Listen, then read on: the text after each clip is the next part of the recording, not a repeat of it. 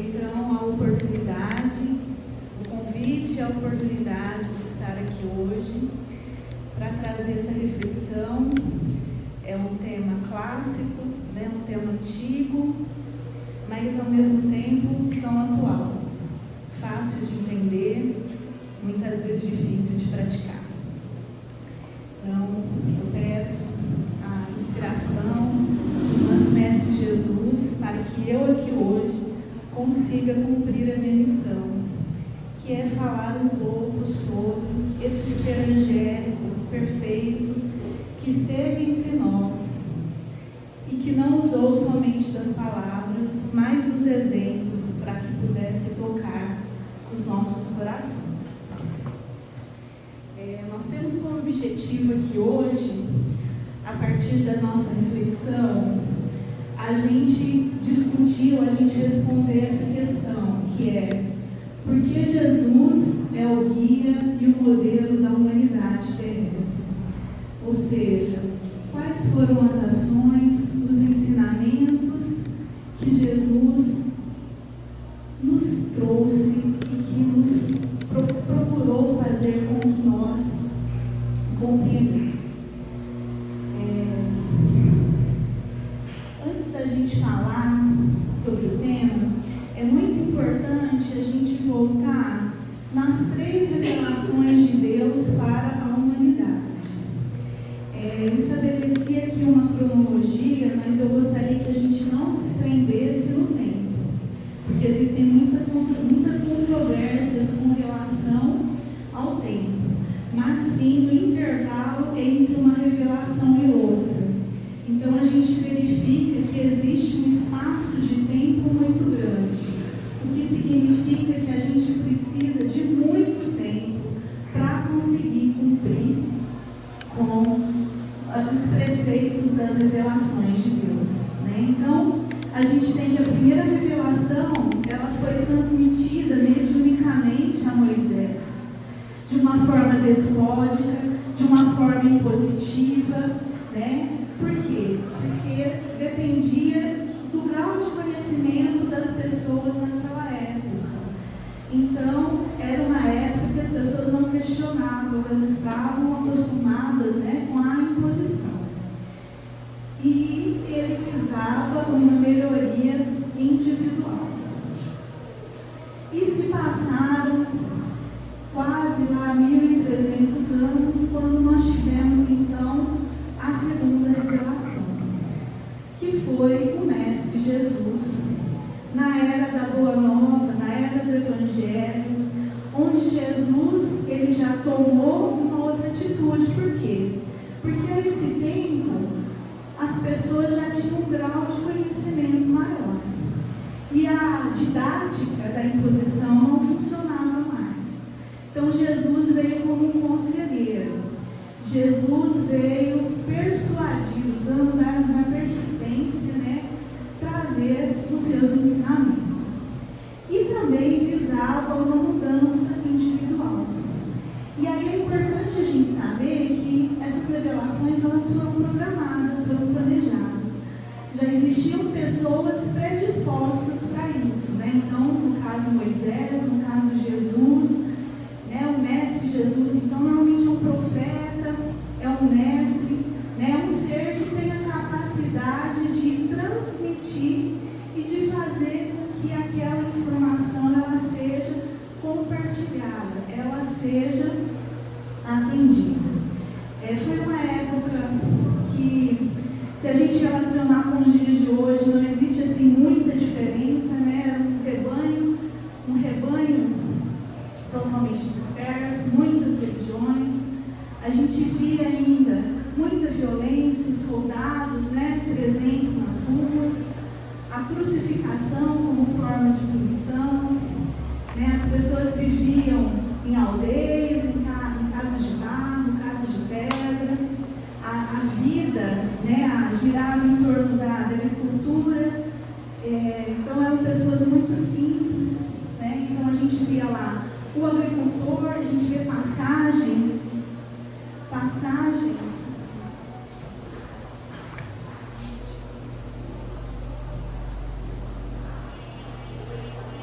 Melhorou? A gente vê passagens, então, né? Por exemplo, da parábola do semeador, então, fazendo analogia com a agricultura. Vivia também em função da pesca na Galileia, a gente tinha muitos discípulos que eram pescadores. O alimento era o pão, eram as frutas, era o azeite, era a azeitona, então era aquilo que se encontrava na natureza, né? E a gente via também que as pessoas trabalhavam muito e recebiam pouco, então a gente vê muitas cenas aí das dívidas, né, que eram muito comum na vida dessas pessoas. Então é muito importante a gente entender como que estava a organização, porque Jesus muitas vezes nos falou por parábolas. E para que ele se fizesse entender, ele trazia problemas do dia a dia, do cotidiano dessas pessoas, para que essas pessoas também se sentissem representadas, né? Então, esteve aqui, né, no momento que ele esteve na Terra Santa, né, que ele esteve em Israel. Israel estava ainda sob o domínio romano, mas foi uma época preparada, meio que uma época de paz, entre aspas, né, onde os judeus eles ainda tinham aí uma certa liberdade para que eles pudessem praticar a sua religião, a sua cultura, mas era um momento de politeísmo, né? Assim, a maioria dos povos acreditavam aí em vários deuses. Então foi um momento que precisava de uma organização. E Jesus veio com essa função de tentar trazer, né, de tentar mostrar como que essa organização poderia ser feita. E por fim a gente tem a terceira revelação, que também se passou muito tempo, né? Se passaram aí quase 2000 anos, né? Então a gente vê que aí veio Kardec por meio do Espiritismo, e aí a humanidade já estava muito mais questionadora, não adiantava só discutir, persuadir, havia necessidade de provar. Mas isso é um outro assunto que será discutido aí em outras reflexões. Então nós vamos nos ater aí à segunda revelação. Bom, então qual foi a missão de Jesus então para conosco? A principal missão foi encaminhar a humanidade ao bem. Então Jesus é exemplo de amor e de fraternidade. Então Jesus veio para fazer com que, por meio das suas ações, dos seus exemplos e das suas atitudes, o ser humano pudesse evoluir em conhecimento e em moralidade. Então, quando Jesus esteve aqui, começou a era definitiva da maioridade espiritual da humanidade. Porque Jesus, por meio da sua exemplificação, ele veio nos entregar o código da fraternidade e do amor a todos os corações. Código que a gente fala até hoje, né, que é extremamente importante. E a gente vai ver que esse código também está relacionado lá com o Velho Testamento, também está relacionado lá com os dois mandamentos básicos aí, né, da nossa fé cristã. E Jesus nasceu num momento em que o mundo estava mergulhado numa miscelânea de ideias religiosas, predominante por ateístas, como eu falei para vocês, e ele veio com a grande missão, através do seu código de amor e fraternidade, propiciar essa união.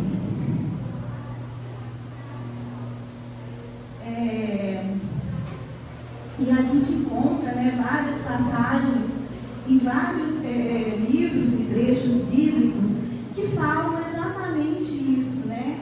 Que o Velho Testamento, os mandamentos, né, de Moisés, ele é o alicerce da revelação divina, ele é a base. Mas só com esse alicerce a gente não conseguia. Então nós tivemos aí que por meio de Jesus, por meio do Evangelho, né, ele veio nos edificar a redenção das almas. Ele veio construir realmente o nosso conhecimento e nos ajudar a aprimorar o nosso conhecimento moral para que a gente realmente conseguisse aí, edificar a nossa fé. Então tem um trecho aqui que está em O Consolador, de Chico Xavier, pelo Espírito de Emmanuel, que ele fala para a gente, né? O verdadeiro cristão, nós devemos buscar antes de tudo o modelo nos exemplos do Mestre Jesus. Porque Cristo ensinou com amor e humildade o segredo da felicidade espiritual.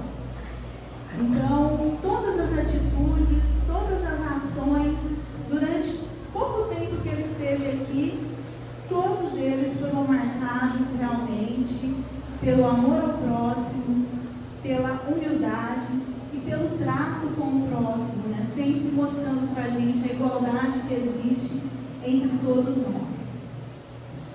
Que são qualidades muito importantes, né? Imprescindíveis para nós, os discípulos de Jesus atuais, para que nós também, no nosso íntimo, a gente consiga edificar essas virtudes. E é muito importante que a gente saiba que para a gente conseguir seguir, né, esses ensinamentos, conseguir praticar, não é fácil. Nós vamos ser desafiados, e não somos desafiados no nosso dia a dia. Né? Ninguém está aqui para viver num mundo de sombra e água fresca. Porque o aprendizado em si, ele exige da gente muito sacrifício.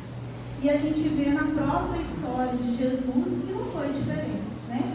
Quando a gente relembra o Calvário, quando a gente relembra aí as dores, né, nesse momento importante. Bom, e como que Jesus falava, né, para com os seus seguidores? Então é muito importante a gente relembrar que ele sempre tinha uma palavra mansa, uma palavra generosa.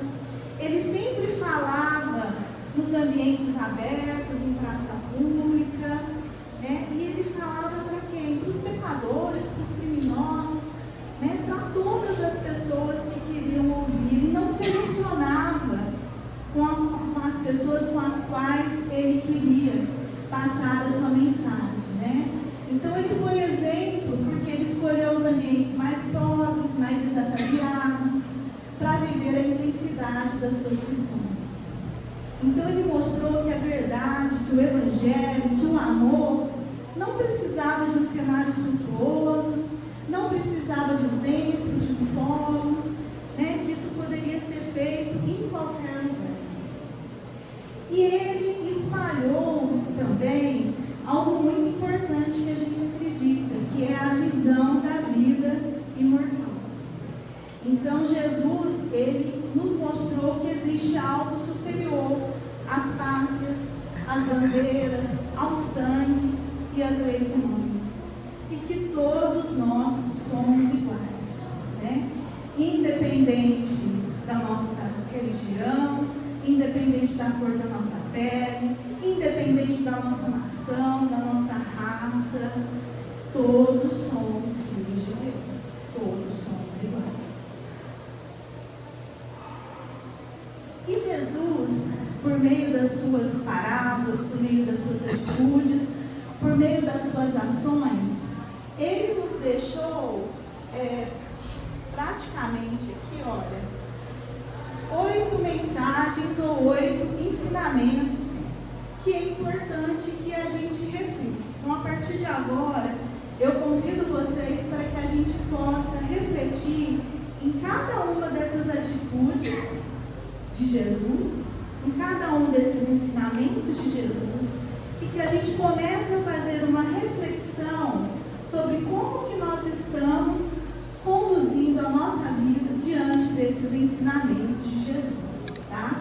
Então, didaticamente, está separado em 8 ensinamentos, mas todos esses ensinamentos estão relacionados, ou seja, não tem como a gente ser caridoso, não ser humilde, amar ao próximo e não perdoá-lo, né? Não acreditar que existe uma fé maior, né? Que existe um Deus que está acima de tudo e que a gente precisa, né, obedecê-lo, cumprir os seus ensinamentos. Então, cada um desses ensinamentos da mensagem cristã, eles estão conectados, eles não devem ser encarados como algo individual. E cada um desses ensinamentos a gente tem que trazer aí para o nosso dia a dia. Bom, o primeiro ensinamento, né, acredito que é um dos que a gente tem que cada vez mais trazer para o nosso dia a dia.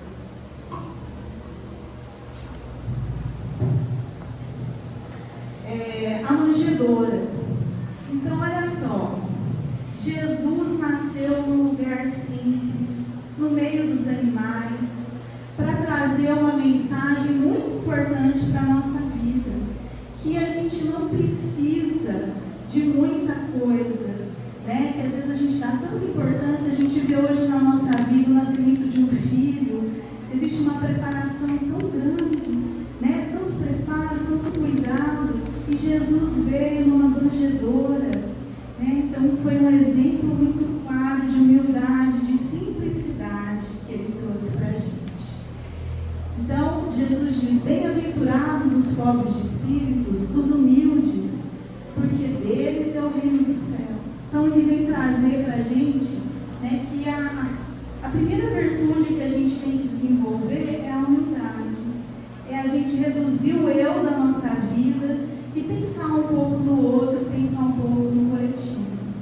Né? Então, a humildade é o segredo de tudo. Né? Então, a gente deixar um pouco o nosso egoísmo, a nossa ambição, o nosso orgulho de lado.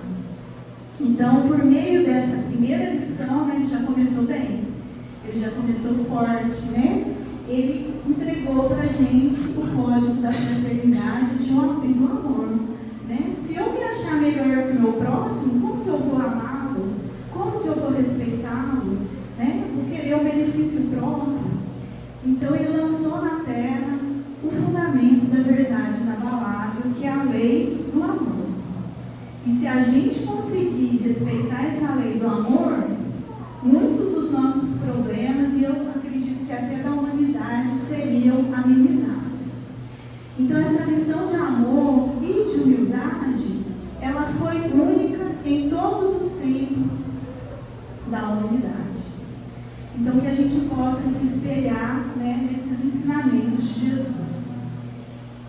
E, por meio da humildade, então, a humildade é uma virtude muito importante, né, que a gente tem que no nosso dia a dia tentar aprimorar, é porque é somente com a humildade que a gente consegue vencer o egoísmo. A gente vê que muitos dos problemas que a gente tem hoje na nossa vida, na nossa cidade, no nosso país, no mundo, é justamente porque as pessoas, o ser humano, um se acha melhor do que o outro, um país mais poderoso que o outro, uma religião melhor do que a outra. Então existe essa preocupação muito grande ainda com o material, com o eu, e muitas vezes a gente esquece do que é mais importante. Né? Então, enquanto o orgulho e o egoísmo não forem superados da nossa vida, da nossa família, na nossa nação, porque isso é um problema coletivo, né? Então, se não for sanado, a gente nunca vai atingir o nosso objetivo, né? A gente nunca vai chegar à paz, à união e à concórdia. Então, a gente tem que, na medida do possível na nossa vida, tentarmos praticar e tentarmos refletir a cada momento sobre como que Jesus iria atuar diante das dificuldades que a gente vai enfrentando. E para a gente exercer, né, essa virtude da humildade, uma das características importantes é a caridade. Não tem como a gente amar o próximo se a gente não zelar por ele. Então, a caridade para com todos. Então, isso que é muito importante, porque às vezes a gente acha, né, que é muito fácil a gente amar o nosso próximo, as pessoas que estão próximas da gente, as pessoas que a gente ama, mas o desafio é muito grande, porque a gente tem que ser caridoso com todos, inclusive com as pessoas que não nos querem bem, com as pessoas que não desejam o bem para a gente. Aí que está a grande dificuldade, né, a ser encarada. E é importante a gente saber também que existem várias formas de praticar essa caridade. Essa caridade pode ser uma caridade voluntária, trabalho que a gente faz, né? Aqui na casa a gente tem vários trabalhos voluntários que são feitos visando ajudar o próximo, mas existe aquela caridade do nosso dia a dia, que a gente pode escolher a cada momento a ação de fazer o bem sem esperar nada em troca. E isso pode ser pequenos gestos, pode ser você ouvir alguém, pode ser você, nesse momento a gente tem que se calar, né? Às vezes a gente se calar é uma caridade, às vezes a gente levar uma palavra de esperança, de consolo, né? Então, perdoar, né? A gente ter a capacidade de perdoar, talvez é também uma das grandes dificuldades, é uma das formas de a gente mostrar essa caridade. E a gente tem que evitar, né, de desejar mal ao outro, ao nosso próximo, vingar, a vingança, retrucar. Por quê? Porque a justiça cabe a Deus. Nós somos aprendizes aqui, né, da mensagem. Então, muitas vezes a gente não tem que se atentar aos outros, né, se preocupar, né, se não gosta da gente, se não quer o nosso bem. O importante é que a gente esteja, a forma como a gente esteja conduzindo aí a nossa vida. Então, vamos lá. Outro ensinamento, né, que esse ensinamento aqui é a base de todos, que é a lei do amor. Então, ele resume praticamente tudo que a gente tem que fazer para a gente conseguir cumprir esse ensinamento de Jesus.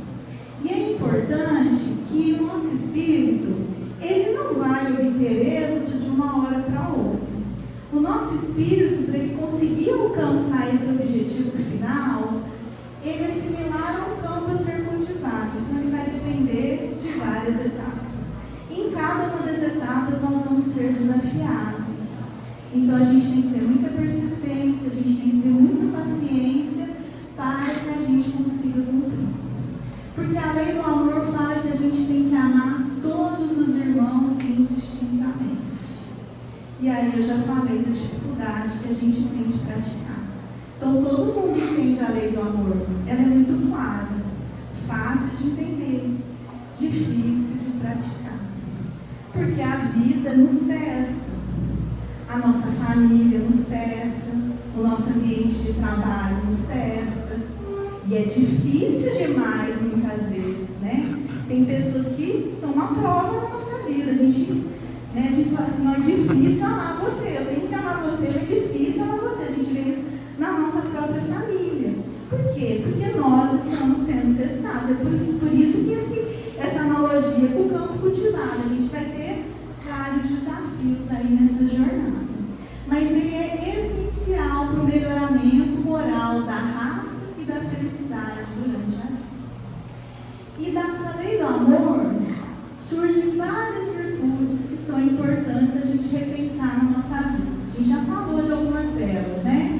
Nós já falamos da caridade, o quanto que ela é importante na nossa vida, de reduzirmos o eu, de sermos mais humildes, de nos colocarmos no lugar do outro. Mas a gente precisa também de muita paciência, né? Precisamos de paciência no trânsito, na fila do supermercado, no banco. Paciência com as coisas que a gente quer na nossa vida, porque o nosso tempo muitas vezes não é o tempo de Deus, e depois a gente entende isso. Então hoje, praticar a paciência é ter um ato de salvamento. Não xingar ninguém no trânsito te salva. Então, vamos praticar a paciência na nossa vida. O devotamento, né, a abnegação, qualidades tão importantes para com o próximo, né, a gente tentar ajudar o próximo sem buscar nada, sem buscar um troféu, sem buscar uma recompensa, simplesmente porque isso é o correto, isso é o positivo. A resignação, né, a gente vai passar por dificuldades, é muito importante a gente não reclamar, a gente não se queixar, encarar isso como o nosso teste e tentar fazer esse teste da melhor forma possível, porque não existe aprendizado sem sacrifício. Quando criança, a gente precisava cair, ralar o joelho para a gente aprender o perigo. E hoje, como mães e pais, a gente já prevê o perigo e já não quer nem que o nosso filho passe por isso. Mas ele é importante esses desafios aí a serem superados. Outros dois ensinamentos que são muito relacionados é o amor e a justiça de Deus e a fidelidade de Deus. Não tem como eu amar ao próximo se primeiro eu não amar a Deus sobre todas as coisas. Então, o primeiro e maior mandamento, lá voltando a Moisés, é amar o Senhor teu Deus de todo o teu coração, de toda a tua alma e de todo o teu espírito. A gente tem que ter para a gente a importância da nossa fé, a importância de a gente acreditar que existe algo superior e algo maior, para que a gente possa praticar o segundo mandamento, que é a base de tudo, que é amar o teu próximo como a ti mesmo. E Jesus, por meio dos seus ensinamentos, ele veio nos ensinar como compreender e como praticar essa lei do amor. Então, todas as parábolas, todos os ensinamentos, a cura, o perdão, a gente percebe nas atitudes, nos ensinamentos, a importância da gente acreditar em Deus e da gente praticar os seus ensinamentos. Então, vamos explorar um pouquinho mais esse mandamento maior, que significa, o que significa amar ao próximo como a si mesmo? Primeiro a gente precisa entender que esse próximo é quem está do nosso lado, não é quem a gente convive no dia a dia. Amar o próximo são todas as pessoas, é a humanidade. É por isso que a gente é fácil amar quem ama a gente, é fácil amar os membros da nossa família, nossos irmãos, nossos filhos. O grande desafio é a gente amar aquelas pessoas que não são tão boas com a gente, que puxam o nosso tapete. E um exercício muito importante que a gente tem que trazer para o nosso dia a dia é, em todas as nossas dificuldades, a gente se perguntar: o que eu gostaria que alguém fizesse por mim? E a gente procurar fazer ao próximo, independente do que ele fez por mim, o que eu gostaria que qualquer pessoa fizesse por mim. Porque, como eu falei, quem vai julgar, a justiça vem de Deus, não vem da gente. Então a gente tem que fazer o que é certo. E aí eu trouxe uma parábola, que é a parábola dos credores e devedores. Não vou ler, eu vou só fazer um resumo, mas ela nos diz exatamente isso. Então, nessa parábola, o reino inicia, o reino dos céus é comparável a um rei. E esse rei, ele foi cobrar dos seus servos o que os seus servos deviam. Então, era como eu falei para vocês no início, as pessoas elas tinham dívida porque o que elas ganhavam lá com o trabalho, muitas vezes elas não conseguiam sustento, não conseguiam pagar suas dívidas. Então, o Senhor, ele foi cobrar do seu servo, que ele devia. E o seu servo falou que se o servo não pagasse, que ele ia retirar tudo que ele tinha, a família, a esposa, os filhos e todos os bens que ele tinha. E ele chegou para o Senhor e disse: Senhor, tenha um pouco de paciência, que eu te pagarei tudo. Então o Senhor, tocado de compaixão, deixou-o ir e perdoou sua dívida. Dali a pouco, na outra esquina, o servo encontrou um outro companheiro que devia para ele. O que ele fez? Ameaçou, pediu para que pagasse, e o servo falou a mesma coisa: tenha um pouco de paciência que eu te pagarei. E ele não teve compaixão. Ele mandou que o seu companheiro fosse preso. Então isso traz claro para a gente, Por que um merece compaixão, merece o perdão? Por que eu mereço compaixão, mereço o perdão e o meu próximo também não merece? Então é a gente praticar esse ato de se colocar no lugar do outro e se permitir fazer esse questionamento, Por quê? Porque aí vem a mensagem final, E é assim que o meu Pai que está no céu vos tratará. Então, se a gente não perdoar o nosso próximo, como que a gente quer que Deus nos perdoe?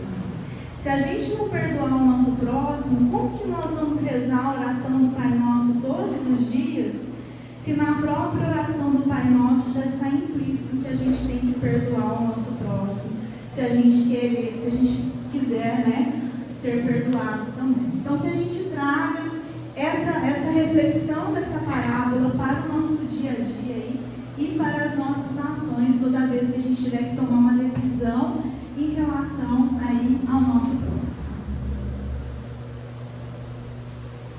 Bom, e qual seria a consequência dessa lei do amor, né? Então, quando a gente ama o próximo como a si mesmo e a gente faz pelos outros o que a gente queria que fizessem pela gente, essa é a expressão mais completa da caridade, da fraternidade, que é aquele código que Jesus entregou para a gente. E ela resume todos os deveres do homem para com o próximo, qual seja a indulgência, a benevolência e o devotamento, que eu vou apresentar brevemente para vocês aí no próximo slide. Somente quando a gente praticar esses 3 deveres, né, é que a gente vai realmente destruir o egoísmo, eliminar o ódio, e a gente vai conseguir aí ter um mundo de união e de concórdia. Então, para o nosso dia a dia, é muito importante que a gente pratique a indulgência, ou seja, parar de ficar julgando o nosso próximo severamente. A gente tem que pensar que nós somos seres imperfeitos, nós erramos, nós pensamos de forma diferente, temos histórias de vida diferentes. A gente sabe que tem pessoas que processam as informações de forma completamente diferente da gente. Tivemos uma infância, né, valores familiares completamente diferentes, um ambiente totalmente diferente. E isso sem considerar o nosso pretérito, as nossas vidas anteriores, que a gente sabe que isso vem também, muitas pendências vêm com a gente. Então, parar de ficar julgando o próximo, porque toda vez que a gente julga o próximo, nós estamos nos achando melhor do que ele. E a gente acaba atraindo pensamentos, emoções, vibrações negativas, pensamentos negativos. Então, vamos parar de julgar o nosso próximo e admitir que a gente também erra, né? Que a gente também precisa de energias positivas aí na nossa vida. Outra virtude é a benevolência. E isso está lá no Livro dos Espíritos, na resposta 886. O que significa benevolência? Querer bem, ser favorável. E aí a gente junta a benevolência com o devotamento, que é o esforço desinteressado, é a gente fazer o bem porque é o certo, porque é o correto, sem esperar nada em troca, sem esperar uma recompensa, sem esperar um troféu. Porque fazer bem para os outros faz muito melhor para a gente, sem dúvida nenhuma, tá? Então, é muito importante que a gente traga essa reflexão para o nosso dia a dia, para as nossas ações. O outro ensinamento é o reino de Deus, né? Então, muito importante essa mensagem que está em Lucas. Olha, o reino de Deus não vem com aparência exterior. Nem dirão, eu aqui ou eu ali, porque eis que o reino de Deus está entre nós. A gente está muito preocupado com o nosso externo, né? A gente está muito preocupado com a nossa aparência. Nós estamos vivendo um mundo hoje em que as pessoas se esquecem do que é mais importante, que é o interior. E o reino de Deus só será alcançado se houver essa nossa mudança interior. Então, que a gente possa, né, dosar a nossa vida, preocupar com a nossa saúde física, mas que principalmente a gente possa tratar também da nossa saúde espiritual. E o caminho para a gente atingir esse reino de Deus, que está dentro de nós mesmos, é um caminho estreito, é um caminho difícil. Vai ser difícil, gente, não vai ser fácil. Nós estamos num mundo de provas e expiações. Então vai ser difícil, vai demorar, e depende de cada um de nós. Então, que a gente possa cultivar, né? Que a gente possa realmente, para que a gente consiga colher, ter uma boa colheita, que a gente consiga cultivar boas virtudes, para que a gente consiga mudar tudo dentro de nós.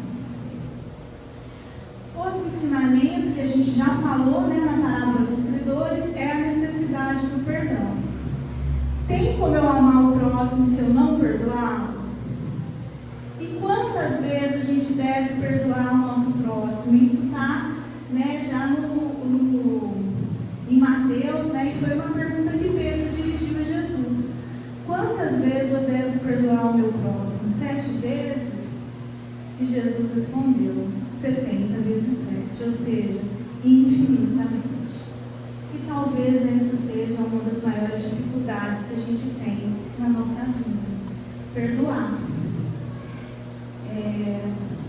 O perdão é difícil, ele tem que ser do fundo do coração, né? Às vezes a gente precisa de tempo para que a gente consiga perdoar, mas ele é extremamente importante. Então, que a gente possa praticar o perdão hoje na nossa vida, porque se a gente não praticar hoje, na próxima nós vamos ter que praticar de qualquer jeito, porque a gente sabe do planejamento espiritual e a gente sabe que a gente carrega os nossos desafetos com a gente. Então vamos nos apegar nisso e vamos tentar resolver as nossas pendências, né? Perdoar de todo o coração, esquecer, não desejar o mal, não querer se vingar. Isso é muito importante.